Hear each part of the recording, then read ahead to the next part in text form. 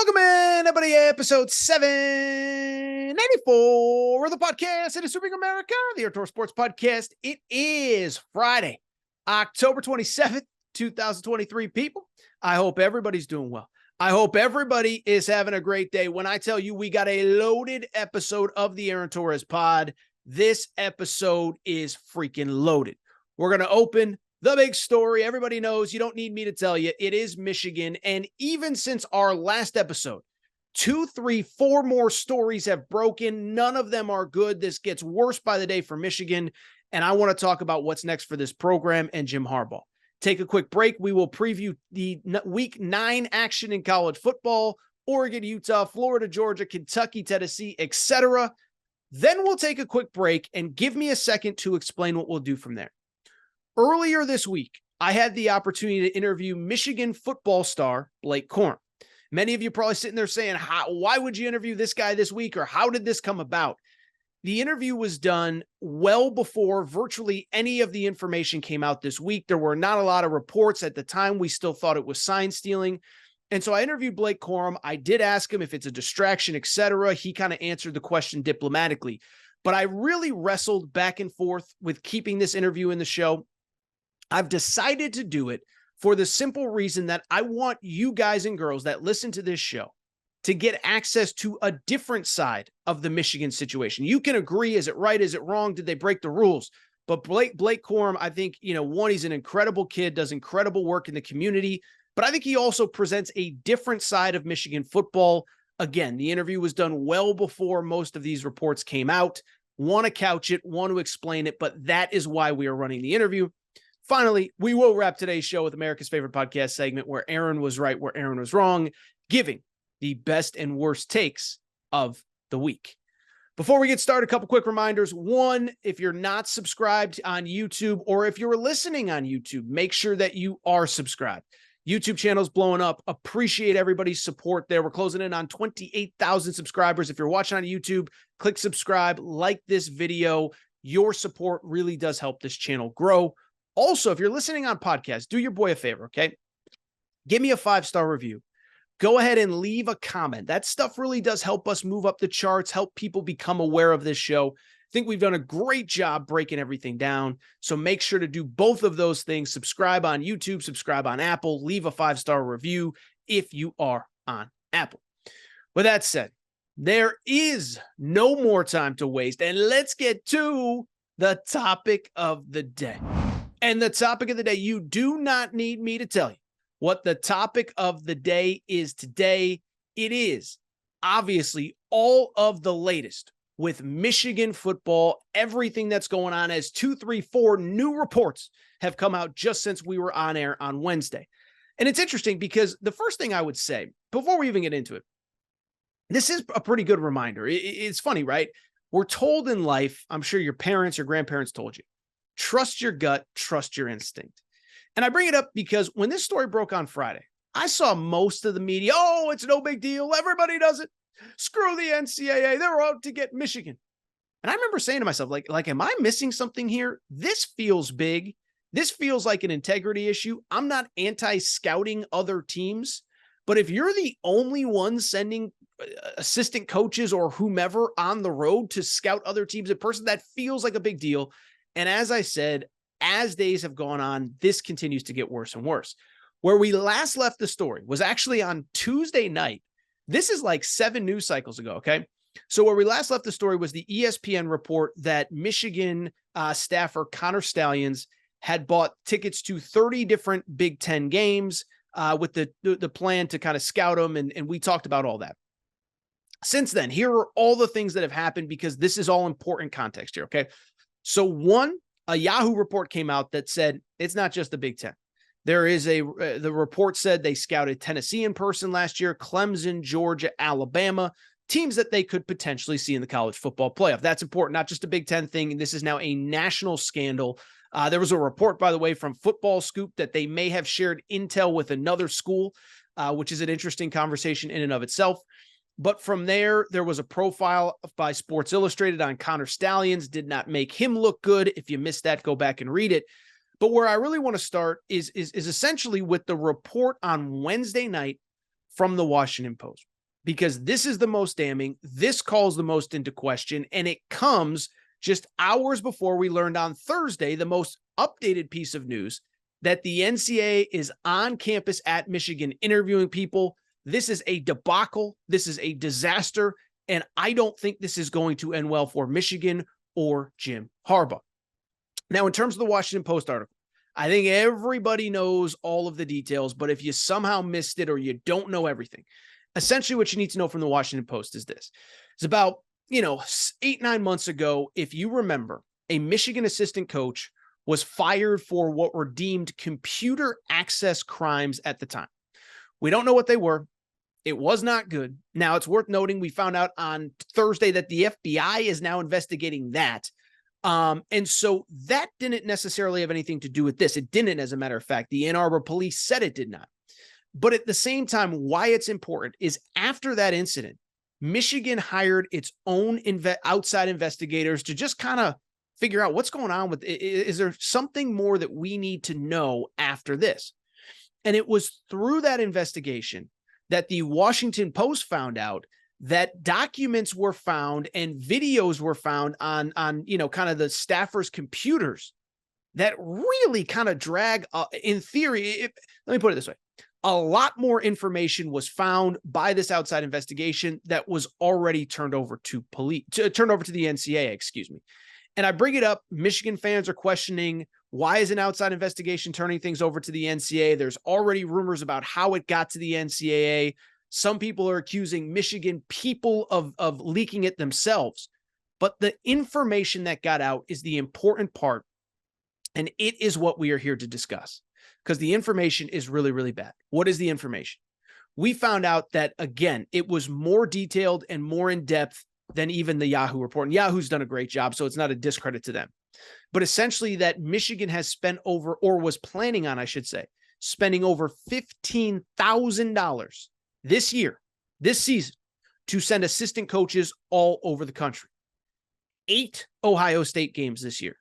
8 Georgia games with the anticipation that they were going to see them in the playoff. Over $3,000 allocated just for Ohio State games. $3,000 allocated just for Georgia games.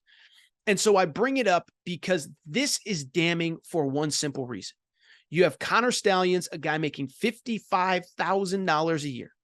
And all Michigan fans on the internet have been dying to tell you that he's a one-man operation, that he's doing it by himself, that he's getting his buddies involved that have nothing to do with Michigan football.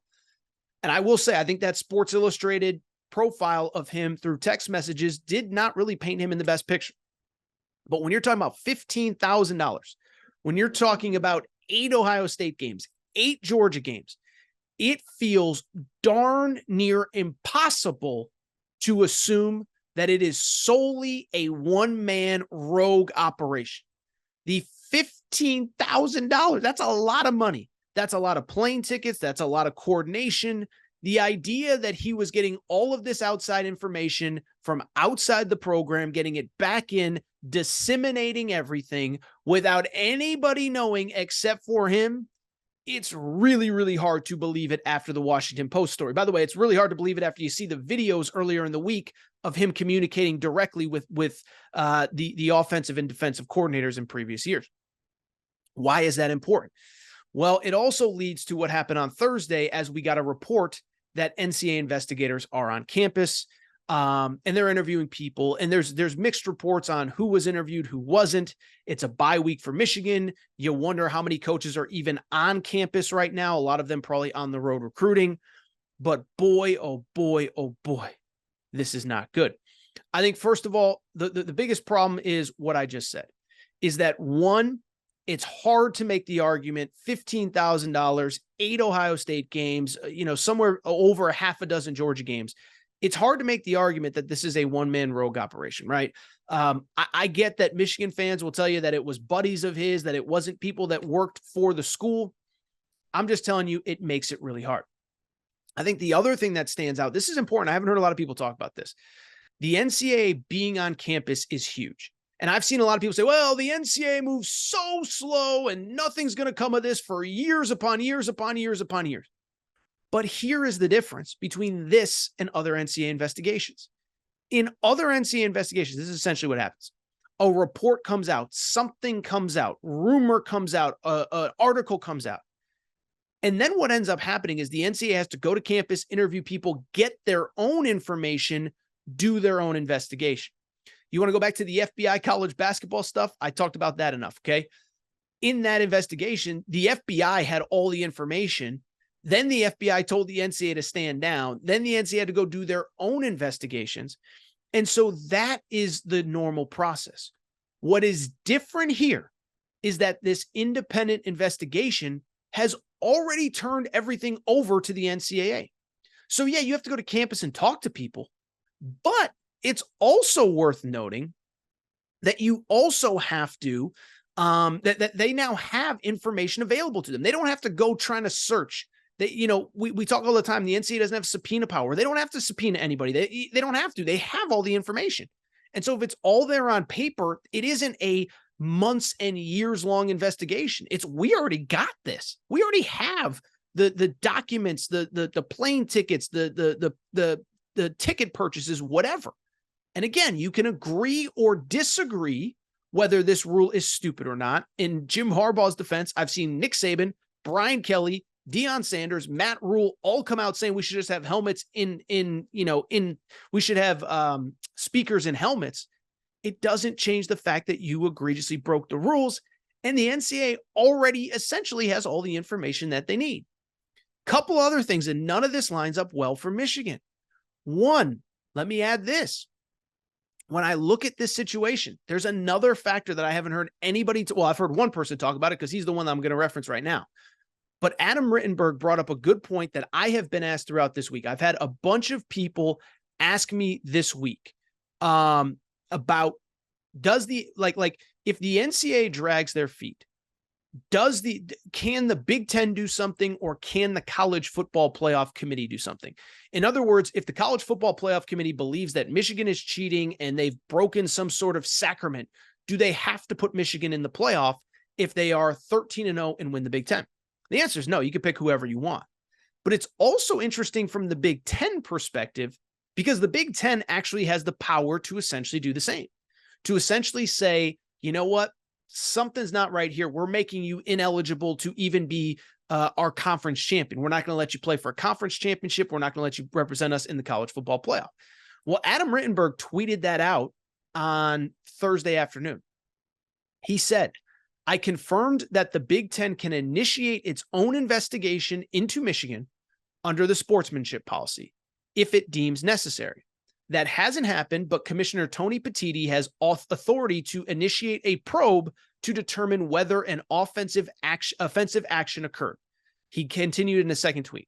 Under the Big Ten sportsmanship policy, any school under investigation would have the right to defend itself, outline its position, but disciplinary actions from the league are final and not subject to appeal.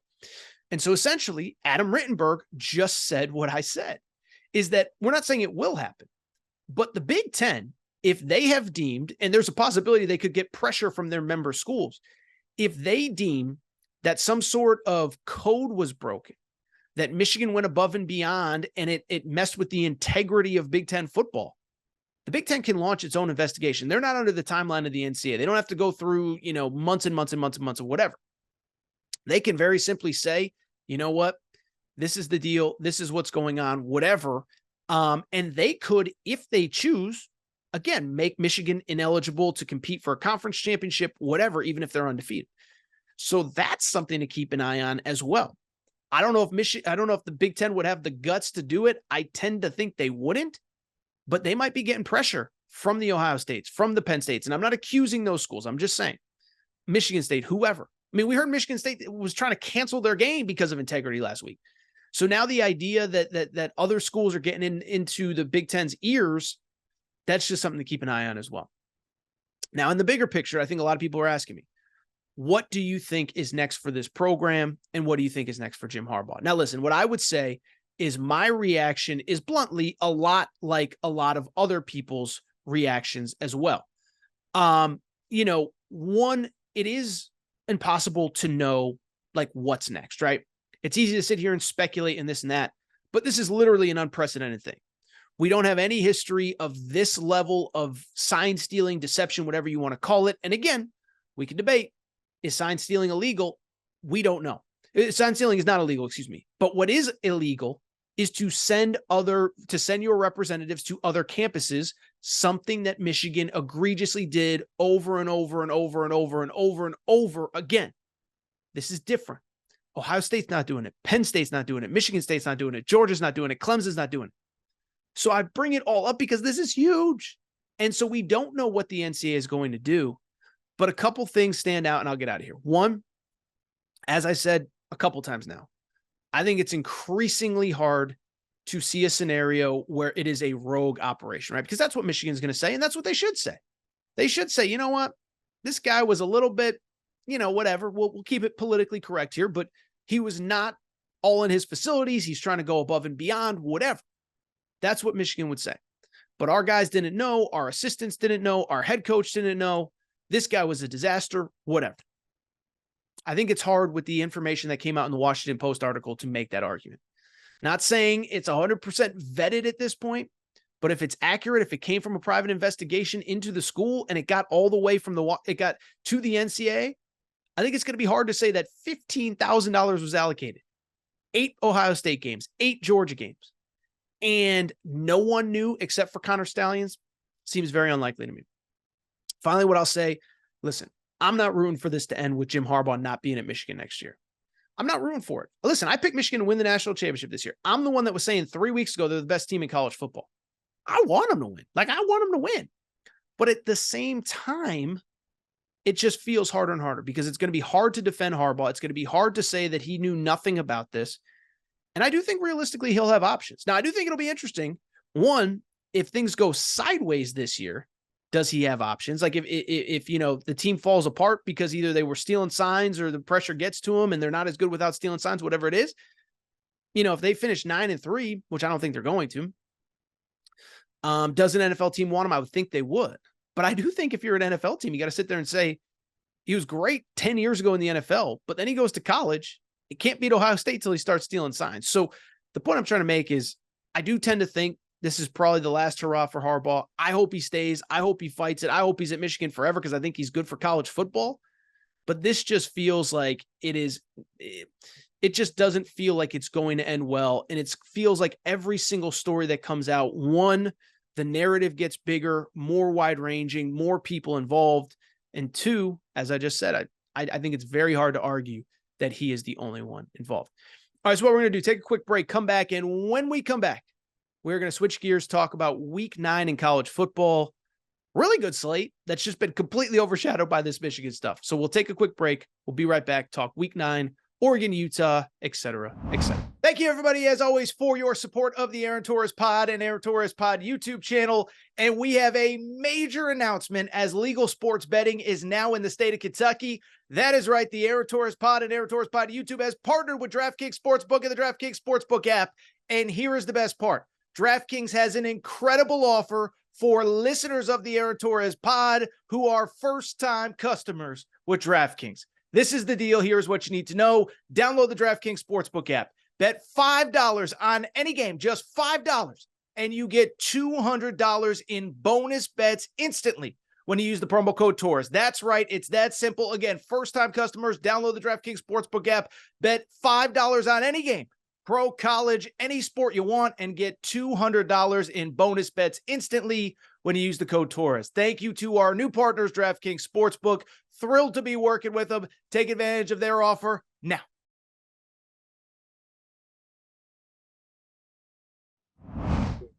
I'm back. Gonna be back. I do want to switch gears. And as hard as it is to believe, there is actually college football being played on the field this weekend. I know. Sounds crazy. There is stuff going on besides Michigan football's wild scandal. And I do want to get into the week 9 preview. And I think what we'll do, because we went so long on Michigan, we'll just kind of jump from game to game, do about 2-3 minutes on all the big games. If you want the in-depth breakdown, make sure to download the College Football Betting Pod with Aaron Torres. Just search College Football Betting Aaron Torres. You'll find it on both Apple, Spotify, as well as YouTube, or wherever you get podcasts. Let's jump in with the big marquee one on Saturday afternoon. There's only 2 top 25 matchups this week. The first one that I want to discuss is in Salt Lake City, Utah. The Oregon Ducks traveling to take on the Utah Utes. Both teams are coming into this game with just one loss. So if you want to talk about college football playoff stuff, even Pac-12 championship game stuff, this is a really important game for both teams. Oregon actually a 6.5 point road favorite, the over-under set at 47.5. When I look at this game, obviously, look, a couple things stand out, right? One, Utah's coming off that incredible win against USC. But I mentioned this on the college football betting pod, and I think it's at least worth noting here. They didn't play that well, and it's a credit to them for winning. That's not what this is about, tear down Utah, whatever. But remember, in that game, they threw a pick six. In that game, they basically essentially gave up a punt return for a touchdown. Zachariah Branch took back a punt deep into Utah territory. So I just bring it up because they played far from perfect. They still get that win, but now they're facing a much more complete, much more tough Oregon team that, as we discussed before the Washington game, top 20 nationally in offense, top 20 nationally in defense. They're complete. They don't turn the ball over. They have good edge rushers. And so my lean would be Oregon here, but I am not making an official pick on this game for a couple of reasons. Do think Oregon probably has the edge, especially against a third string quarterback for Utah. But at the same time, from the Oregon perspective, a couple things. One, Utah doesn't lose at home.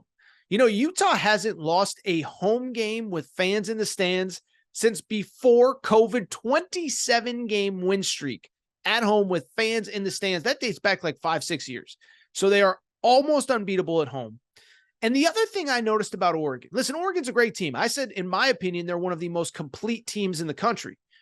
But you know that they haven't faced a team in the Power Five. They've played 4 league games at this point, plus Texas Tech in the out-of-conference. None of them are ranked in the top half of college football nationally. Let me take it a step further. Colorado is literally the worst defense in college football. Stanford is bottom 5. Washington State is bottom 10. Those are all teams Oregon played. And if you want to argue Oregon's offense helped put those teams in the bottom 10, that's fine. But they also haven't been good against anybody else. Washington, who they beat, who they narrowly lost to on the road a few weeks ago. They're a fringe top 80 defense, which means they're essentially not only bottom half, but really about a bottom third in college football. Texas Tech is in the bottom half as well. So I just bring it up because this Oregon team is going to face a defense unlike anything they've ever seen. Total stay away to me. If you had to make me pick, I'll say 24-21 Oregon on the road, but I don't feel good about it. You know, I give out betting advice, but this is one I'm not betting. I can't tell you guys to bet a game that I wouldn't bet myself. Total stay away to me. Let's keep it going, and let's get to some of the big SEC games this weekend. And obviously there is no bigger game. World's largest outdoor cocktail party, Florida, Georgia. Georgia, a 14.5 point favorite. The over-under is somewhere in those 40s. Last time I checked, let's see where it is at right now. The Florida Gators, checking as we speak, bad radio. Over-under is set at 49. When I look at this game, interesting narratives, right? College football is such a narrative sport. Georgia is obviously coming in beat up. No Brock Bowers. This is the first time they will not have him. Hopefully he's coming back soon. But Florida is coming in with, I think you could argue, the most momentum that they've really had in the Billy Napier era. They have that wild comeback win against South Carolina a few weeks ago. After that, they have a bye week. They get a commitment from the number 1 defensive lineman in the country from Florida over the course of the bye week. So all of a sudden you sit there and say, oh my goodness, this team has a bunch of momentum. So obviously, will that momentum carry into this game? I'll be blunt, I don't see it. One, the Brock Bowers injury sucks, but Carson Beck is awesome. 73% completion percentage, the quarterback for Georgia. He's thrown touchdown passes to, I believe it is 6 other receivers or backs or tight ends. So Brock Bowers is great. It's not as though he is the only weapon that they have. There's 2 other variables as well. One, this does feel like kind of one of those moments where Kirby Smart can pull his voodoo and convince his team that nobody believes in them, right? People are questioning them because of the injuries. Obviously, this week, Michigan surpassed them in kind of the betting markets, the betting odds. Michigan is now the favorite in Vegas, although that obviously comes with some caveats after the news of this week. But I just bring it up because Kirby Smart can use a little bit of that. Nobody believes in us. They think we can't win without Brock Bowers. They think Michigan is better. Well, now it's a little bit of a different deal. And now Kirby Smart can really use that voodoo to convince his team that nobody believes him. The other thing, and I mentioned this on the college football betting pod, maybe it means nothing, but I think it's at least worth considering here, is Florida and Georgia is obviously a neutral site game. And for years, the two coaches, specifically Kirby Smart and Billy Napier, started doing it when he took the job. They really started kind of complaining publicly, like, it's not fair that we don't get to bring recruits to this game. This would be every other year, essentially our biggest home game of the year. So Alabama gets to bring recruits when they play LSU. LSU gets to bring recruits when they play Alabama. Texas gets to bring recruits when they play whoever. USC and Oregon, whatever, you get the point. Why I bring it up, Kirby Smart, Georgia, Florida petitioned to allow recruits at this game. And over the last 2 years, they have changed the rule. And so the team that is determined to be the home team gets to bring recruits. Last year, it was Georgia. This year, it's Florida. Why does that matter? Well, keep in mind, 2 SEC powers, bordering states. And I do wonder, do you think a lot of those recruits that are going to be there for Florida probably are being recruited by Georgia as well, right? So is this a moment for Kirby Smart to kind of just say, wait a second now, almost like we talked about this with Dan Lanning and Coach Prime, when Dan Lanning smacked around Colorado a few weeks ago. And I said, you get the sense that that was more about recruiting. That was about setting the tone of, you can go play for Hollywood over there, but come play for the real team over here. You wonder if Kirby Smart, if he has a chance to kind of rub Billy Napier's nose in the dirt here and say, you sure you want to go play for that guy? Come to Georgia. Let's win some national championships. Just something to think about, is worth noting there. A couple other SEC games. Tennessee at Kentucky. Tennessee is a 3.5-point road favorite in this game.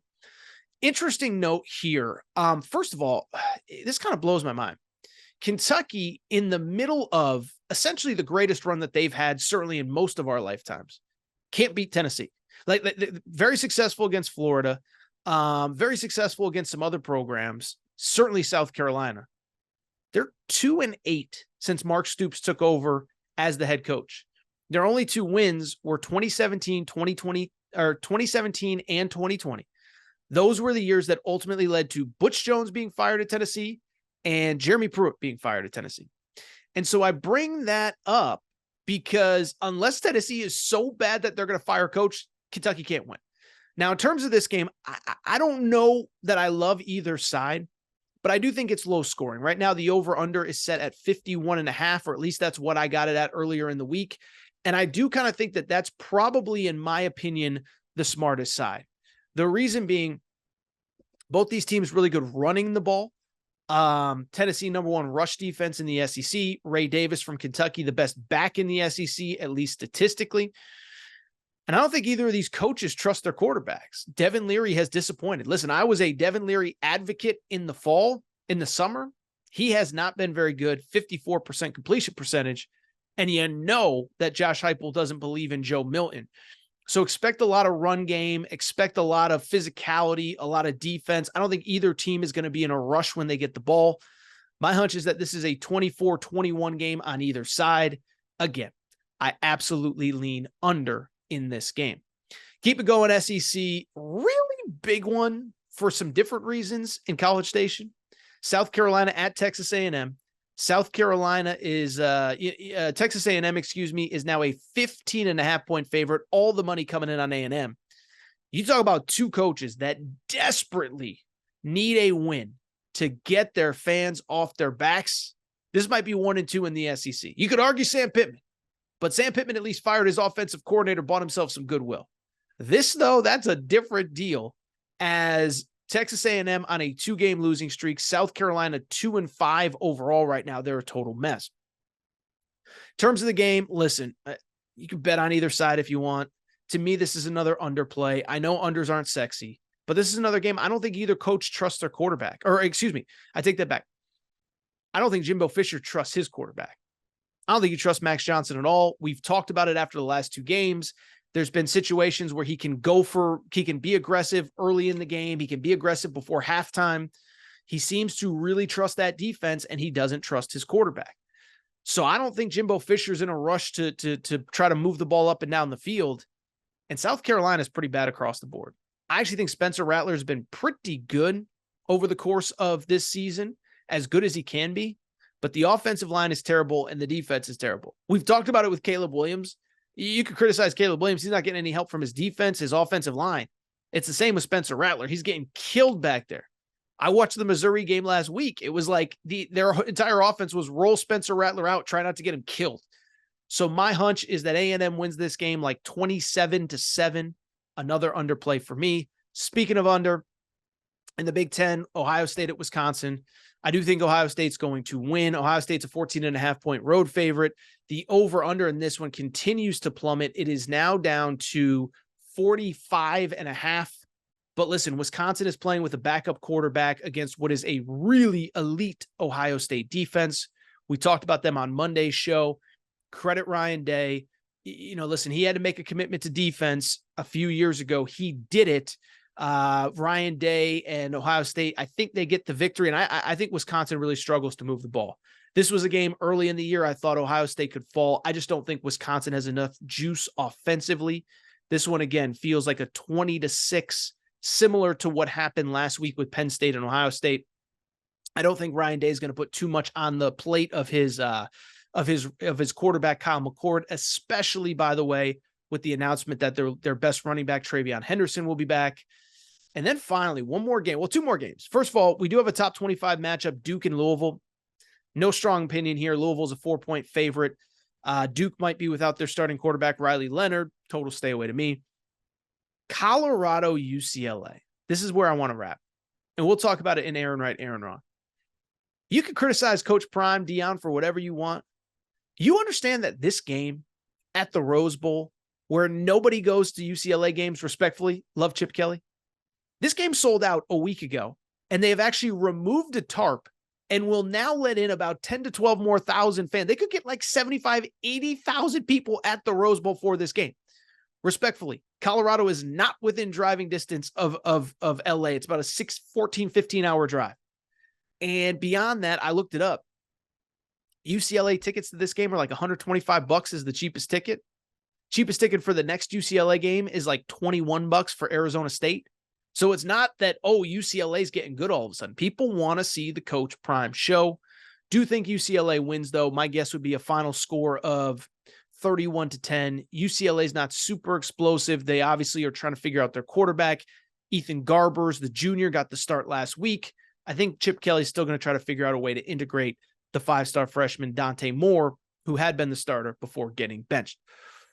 Boy, oh boy, that was a good quick whip around of the weekend that is in college football. Again, if you want an extended preview of the college football weekend ahead, make sure to go ahead and find the College Football Betting Pod with Aaron Torres, available wherever you want. Much more in-depth breakdowns of those games. But yeah, with the Michigan news, it just felt like we had to be a little bit quicker here. And what I want to do now, everyone pay attention. Take a deep breath. What I want to do, I want to take a quick break. And when we come back, we are going to run an interview that I did earlier in the week with Michigan star Blake Corum. Many of you are going to sit there and say, Torres, how did you get him? What do you ask him about the scandal? Let me be clear and listen, because I don't want to get yelled at that I gave him a bunch of softball questions. We spoke early in the week, before virtually any of this news broke, before the 30 tickets here and the Washington Post and the Yahoo Sports reports, okay? So what I wanted to do, and I did ask him, I said, is this a distraction? How are you handling it, etc., okay? And so I bring it up because I want it to be transparent. I wasn't ducking it. I wasn't avoiding questions. I wanted to have the balance of, celebrating this season while also asking about what was going on. But again, the interview was done well before most of the information of this week came out. But I thought Blake handled it really well. He talked a lot about what's going on there. But part of the reason that I also wanted to keep this segment in was simply because it felt to me like it was good to also represent the other side. I've been very negative on Michigan. I think I've been fair, but I've been negative. I don't think it's good for Harbaugh. I don't think it's good for the program, etc. Okay. And so I bring it up solely to say that I wanted to present the other side, the positive side of Michigan football. So Blake Corum, star Michigan football player, will join me. We'll talk about his charity work, which I think is incredible, the team, and yes, I do ask him a question or two about what's going on off the field. All right, joining me via Zoom. Very, very excited about this interview.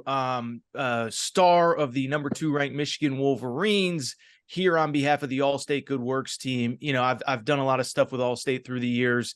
An incredible group of student athletes, former student athletes like Tim Tebow and RG3. But joining me today to speak about All-State and, of course, the Good Works team, as well as the season that we are in the midst of, Michigan star running back Blake Corum. What's up, man? How you doing? Hey, I'm blessed, man. Can't complain at all. How are you? I'm well.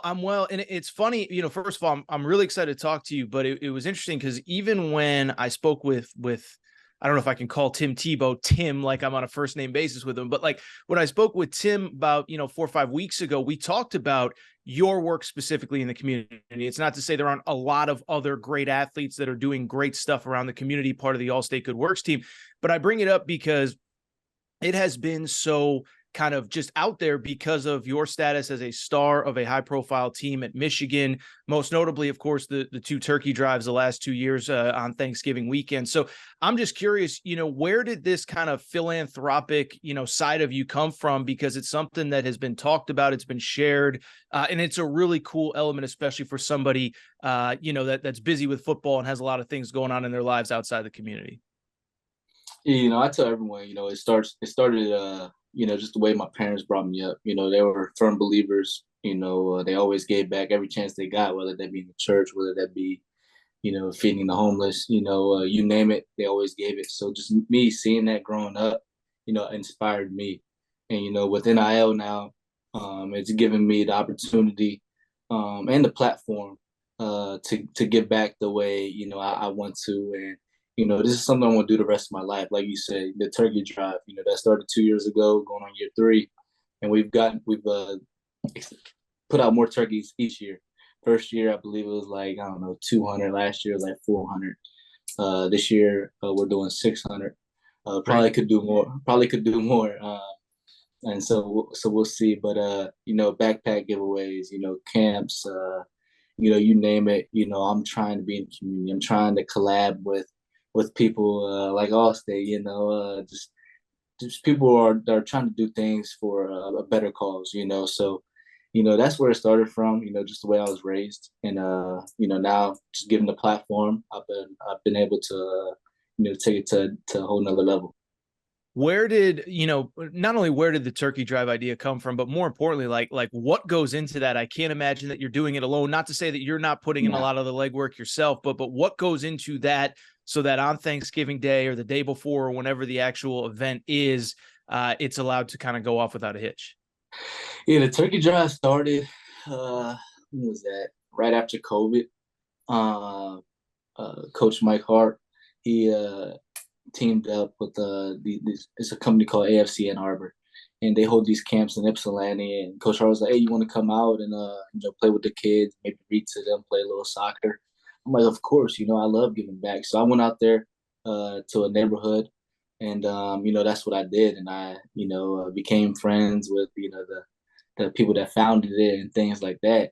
And I brought to them, I had this idea. I was like, you know what, I wanna.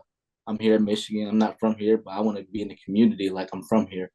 And so I asked them, I was like, "What do you guys think about a turkey drive?" And they were like, "That's a great idea."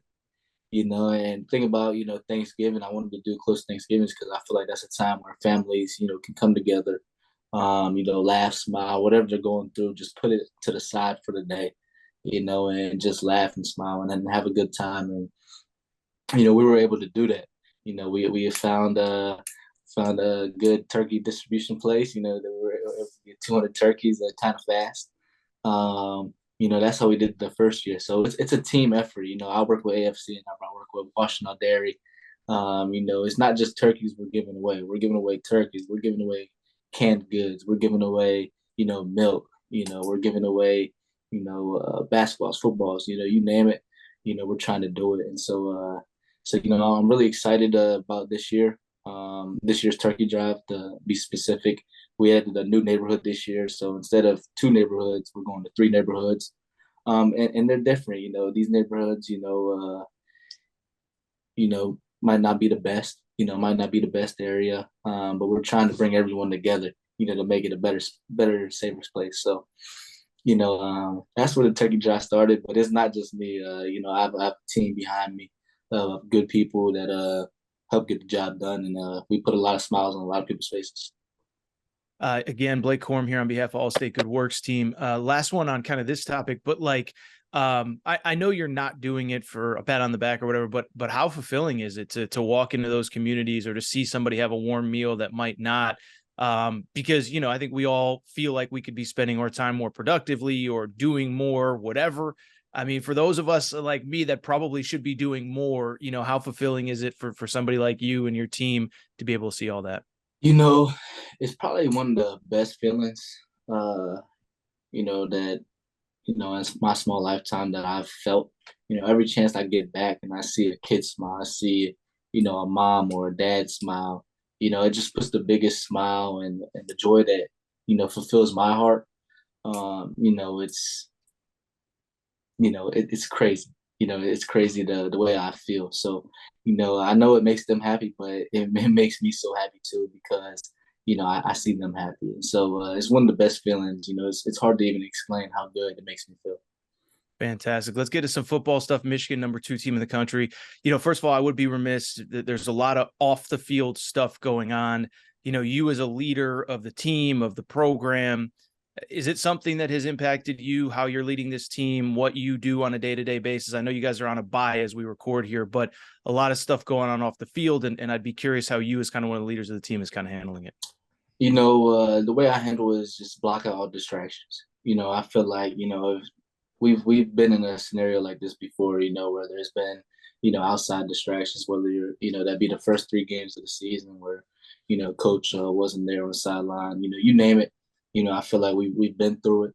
And so my message is just, whatever happens outside the Schembeckler Hall, whatever, people are saying, just block it out. All we can do is control what we can, and be the best teammates for each other and focus on the next game and the next day.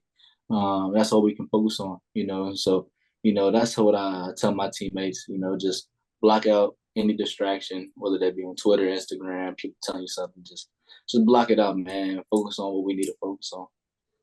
Coach says that, you guys are, I don't know if he said the closest team that he's ever been around, but certainly amongst the closest. I mean, can you feel that in the locker room, especially, by the way, not just in the good times, but in times where there's stuff going on, the outside noise, all that? Yeah, there's something special about this team. I thought I was telling, I forget who I was telling yesterday, but I thought like Team 142 was really good. Now I thought Team 143 was really good, and close, but I don't know. Something about Team 144. We have something boiling, and inside Schembeckler Hall within ourselves and on the field. So, this is a very special team. We definitely play for our brothers. It's great. What is it about Coach Harbaugh that has created that culture over really his entire time there, but the last 3 years? We all look at him from the outside. I wish I had the picture. I dressed up as him as Halloween one time, which was a hit at the Halloween party. But what is it about him that has created the identity of Michigan football that we see every Saturday when you guys take the field? Everyone just following his lead, you know what I'm saying? And he lets the leaders lead. He doesn't have to say much because the captains, the previous captains, the current captains, myself, we can take the lead.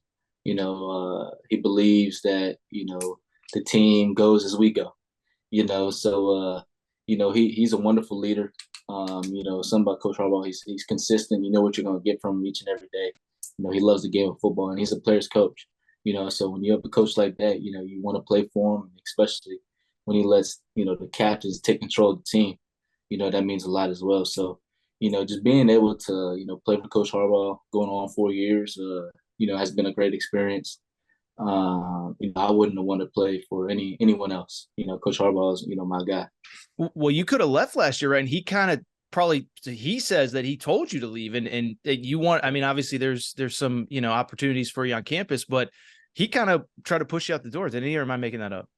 Nah, definitely. when something like that. He was just giving me, his thoughts, his opinions on both sides.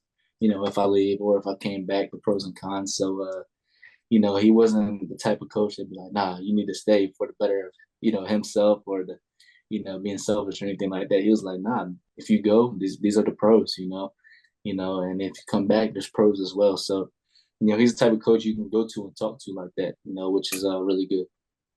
Two more will get you out of here. The first one of your teammates, JJ McCarthy. I mean, it's still somewhat early, but you're a star. He's a star. I'm not trying to diminish anything you or any of your other teammates have, but JJ is kind of in that short conversation of guys in the Heisman race. Yeah. If I don't know if you want to campaign for him, I don't want to put you on the spot here, but what makes him special? Do you believe he's maybe the best player in college football this year? I'll definitely campaign for him. He is, the best. He is the best. Just the way, as a quarterback, you got to be the field general. You have to be able to take control of the game, control the team. The ball's in your hands every play, whether you like it or you don't. You're touching the ball. So, the growth that I've seen in him from last year to this year is second to none. The way he's able to stay in the pocket, feel comfortable in the pocket, the way he's able to escape and make big plays, his precision, he doesn't make many mistakes at all. So just, playing in the backfield with him and just the growth that I've seen from last year to this year, there's no doubt in my mind, he deserves that award. He deserves the Heisman. He just has to finish strong, and he'll tell you himself. He's not worried about it. You know what I'm saying? He's not worried about the Heisman or whatever other awards quarterbacks may get. He's kind of focused on the team, and that's the mindset you have to have. That's the mindset of a good leader. He's killing it this year. Last one. I mean, we know a lot of the narrative about this team. And again, there's still 4 regular season games left, so I don't want to sell any of your upcoming opponents short. But obviously, you've made the playoff the last 2 years. You've fallen short. But, some believe you're the best. I'm saying I believe you're the best team in college football. You were my preseason pick for what it's worth. Just I want to put that on the record right now. But how do you feel about this? I know you said the closeness, the bond is better. I mean, do you guys feel like you're ready to take that next step this year, hopefully in the postseason? Yeah, we definitely do. But I tell my team, just be where your feet are. Don't look too far ahead. You can glance at it, but don't indulge in it. Just work, focus on day to day. Week to week, and we have some tough games ahead of us, especially on the road. So, I definitely think we have what it takes, but in order to get there, we have to finish business. You know what I'm saying? So, I could easily say, oh yeah, I can't wait, for the Big Ten championship or college football playoffs, but that's not promised. Do I believe we're good enough? Heck yeah, but we gotta remain humble, continue to get better, and finish the season strong. He is Blake Corum here on behalf of All State Good Works team. Blake, first of all, genuinely appreciate the time. Amazing. No, thank you, man. And we love what you're doing in the community. By the way, I delete Instagram off my phone every day, so I can't find the picture of me dressed as Coach Harbaugh, but just know it is out on the internet somewhere. But we appreciate the time. All State Good Works team, you do incredible stuff for that community, your community back home in the DMV area. So thank you for the time. Thank you for everything you do. And hopefully we'll be talking again down the road. I appreciate it. Have a good one. All right, everybody. I'm back. Gonna be back. Final segment of the show. Final segment of the week. So good to be back. It's been a little bit of a heavier week with all this Michigan stuff. So let's wrap on a lighter note with America's favorite podcast segment where Aaron was right, where Aaron was wrong. Yes, for people who are new to the show, stole this from my buddy Colin Cowherd. Colin does where Colin was right, where Colin was wrong every single week. Yes, I stole it from him. Yes, I give him credit every week, but we brought it to this show for one very simple reason. It is because over the course of a week, a month, a year, 2 years, 5 years, 10 years, 20 years, nobody loves giving out more hot sports takes than your boy Torres. Torres said this. Torres said that. You should have listened to Torres. I never shut up. And so we do where Aaron was right, where Aaron was wrong every single week, because if I'm going to acknowledge my best takes of the week, I also have to acknowledge the worst ones. Let's dive in where Aaron was right, where Aaron was wrong. Where Aaron was right. So a week ago, the Michigan story breaks, and my first instinct is this feels like a really big deal. I get that sign stealing happens everywhere. I get that whatever. This feels like something major, though. Competition, you are breaking the rules. You're doing something that nobody else is doing. And so it was wild to see the reaction by a lot of other people in the media. Oh, the NCAA is out to get Harbaugh. Oh, this isn't a big deal. Oh, everybody does it. And I started to question myself. I was like, is this really, am I making something out of nothing?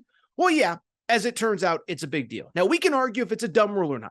We can argue if the NCAA needs to start allowing, speakers into helmets. Those are interesting conversations. But the baseline conversation, did Michigan gain a significant advantage? Yes.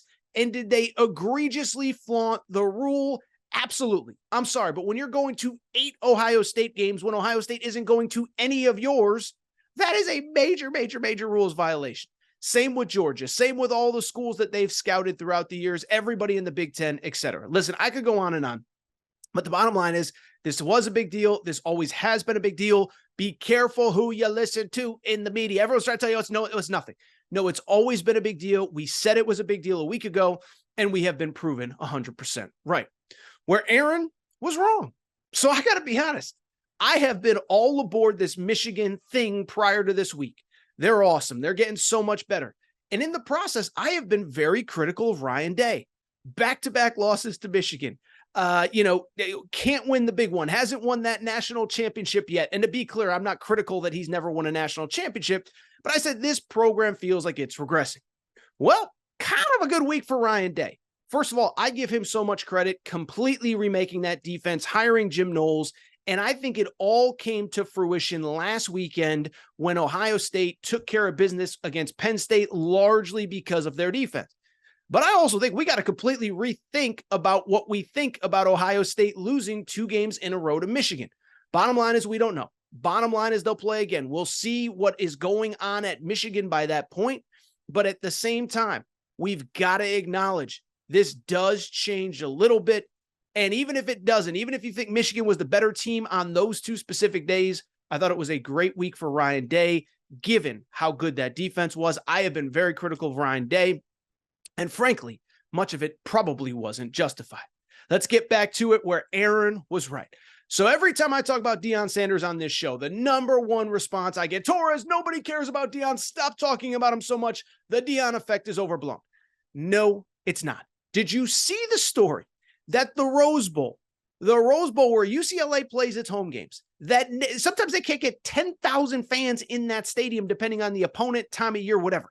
They completely sold out for Colorado this weekend. Oh, by the way, on top of that, they are taking a tarp off of one of the end zones, and they could potentially have 75,000, 80,000 people in the seats at the Rose Bowl on Saturday night for Colorado. Now, you could sit there and say, well, UCLA is getting better. But the bottom line is the cheapest ticket for Saturday is like $150 right now. UCLA hosts Arizona State a week from now. The cheapest ticket is $20. So don't tell me it's UCLA. Don't tell me it's people getting better. It is that people are fascinated by this Deion stuff, fascinated by Colorado football. You might not like it. The public is wild about it. Can't get enough of it. How about Colorado bringing 80,000 people to the Rose Bowl? The Deion effect, my friends, is real. Let's get back to it where Aaron was wrong. We got to talk Lincoln Riley. So when Lincoln Riley left Oklahoma for USC, Oklahoma fans were, he's the, good luck with him, USC fans. We're going to be better off without. And I criticized Oklahoma fans, and I said this was one of the greatest coups in the history of college football, USC getting Lincoln Riley. Well, fast forward a year and a half, and everything Oklahoma fans said about Lincoln Riley is largely proving to be correct. This team, the defense is regressing. There's weird stuff going on. I understand Lincoln Riley was sick this week. I understand he had pneumonia. I'm not criticizing him for missing practice, but you can just feel when there's something not quite right around a program, and this feels like that moment in time for USC right now, all as Oklahoma is thriving. And so I go back to the day he was hired. I said, this is a home run upon home runs. Last year, they make the Pac-12 championship game, are 1 game away from the playoff. This is regressing in a hurry. I was dead wrong on this, and I was dead wrong, Oklahoma fans. You guys were right the whole time. Where Aaron was right. All right, let's go back. Let's go to the NBA really quick. Okay. So I don't talk a ton of NBA on this show, but I host Fox Sports Radio every Saturday night, 11 p.m. Eastern time. And I bring it up because one of the conversations we had all summer was about James Harden, the NBA star. And it was all, he demands a trade. And I'm personally not a fan. I think he's entitled. I think he's spoiled. I think he's whatever. But I also said, why does everyone just assume that there's a trade market for this guy? I get that he won an MVP in 2018. Do you know that he hasn't made it out of the second round of the playoffs since 2018? Last year, he gagged in game 7. He chokes routinely in big games, and he causes chaos everywhere he's been. Listen, if you feel like you got screwed out of an extension, you don't call your GM a liar trying to demand a trade, because all it does is make everybody who would potentially trade for you sit there and say, he's getting older. He doesn't win in big moments. He's often out of shape, and he is a menace to anyone who gets him. And so I've said since June, I don't understand why everyone assumes there is this robust trade market for James Harden. He's out of shape. He doesn't perform in big games. He hasn't carried teams deep into the playoffs, and he's nothing but a problem going forward. And oh, by the way, the last 3 teams he's been on, he has tried to force his way out, the last 2 successfully. So I bring it up because if you're the Clippers or if you're anybody else, why are you in a rush to get that guy? So he can come torpedo your franchise and demand a trade a year from now? I was dead right on this one. I've been right on it, and it is getting bad for James Harden as the Clippers are out of the mix for a trade for him. I would also add, by the way, the latest report was that he tried to board the team plane and team security forced him off. Where Aaron was wrong. Let's get back to another basketball story, this one at the college level. And we've done 2 or 3 segments on this show about Cooper Flagg, the #1 high school player in America. And over the last 2 weeks, he's committed. He's gotten his group down to Duke and UConn. He's going to go to either Duke or UConn. And over the last couple of weeks, we've done a couple updates of there's little breadcrumbs that maybe UConn could be the team, follows on social media, the relationship between his mom and Donovan Klingen's late mom, Donovan Klingen, currently a UConn Husky. And so I bring it up because I was holding out hope that it could actually happen. But this past weekend, he visits Duke, and immediately it becomes clear that he is going to commit in the next couple of days. As I record, we don't have a hard and fast deadline, but it feels like everything is trending towards Duke.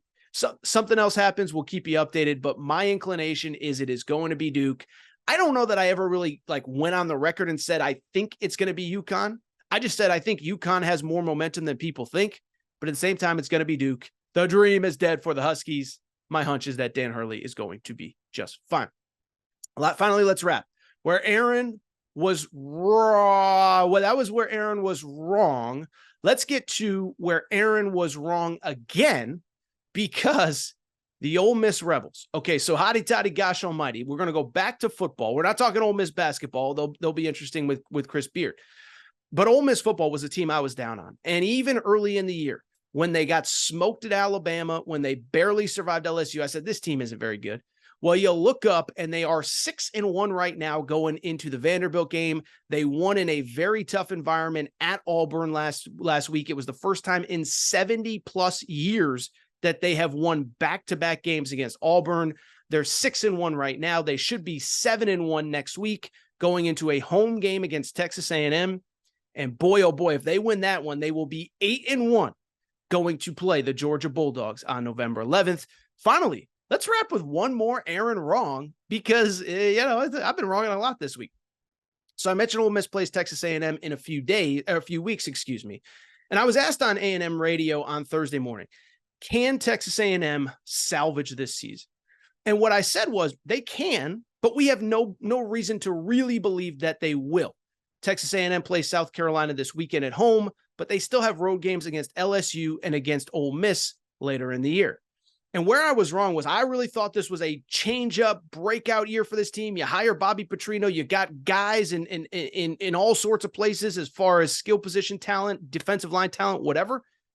I just bring it up because this felt like the year. Texas A&M is now sitting at 4-3. I certainly hope they get the win this weekend against South Carolina. But even if they do, there's no reason for me to really think they're going to be better than 8-4, maybe 7-5. And for them to go 8-4, that means that they're going to have to either beat LSU or Ole Miss on the road. Remember, A&M is on an 8-game road losing streak, and Jimbo Fisher to date has not beaten a ranked team on the road. So it's not looking good for a team that I thought would be pretty good in the preseason. All right. I think that's it for this episode of the Aaron Torres Sports Podcast. Do think it is time for me to get out of here. If you're not subscribed, please make sure to do so. Apple, Spotify, Amazon Music, Google Music, wherever you listen to podcasts, make sure to subscribe. Make sure to rate and review the show. I know I've asked a few times, but if you could go on Apple, give a quick 5 stars, that really would help us grow, all that good stuff. Make sure you're following on social media at Aaron_Torres on Twitter, at Aaron Torres Pod on Instagram, Aaron Torres Pod on TikTok. TikTok page is, we're doing pretty well right now. I'm not going to lie, the TikTok page, I'm starting to figure things out over there. Really enjoying that platform, so make sure to follow. Also, if you're not following on YouTube, shame on you. The YouTube content has been through the roof, and there's a lot of times where we'll do YouTube exclusive content that does not make this show. So make sure you're subscribed on YouTube, subscribe to the podcast. If you're listening via audio podcast, make sure to leave a rating and review. And I think that's it. Time for me to get out of here. Appreciate everybody's support. I will be back on Monday. Shout out to Torrin Craig. Shout out to Rachel, who hates my voice. Shout out to JJ Redick, you F-head. Unblock me, bro. I'll be back Monday. New episode, Aaron Torres Pod.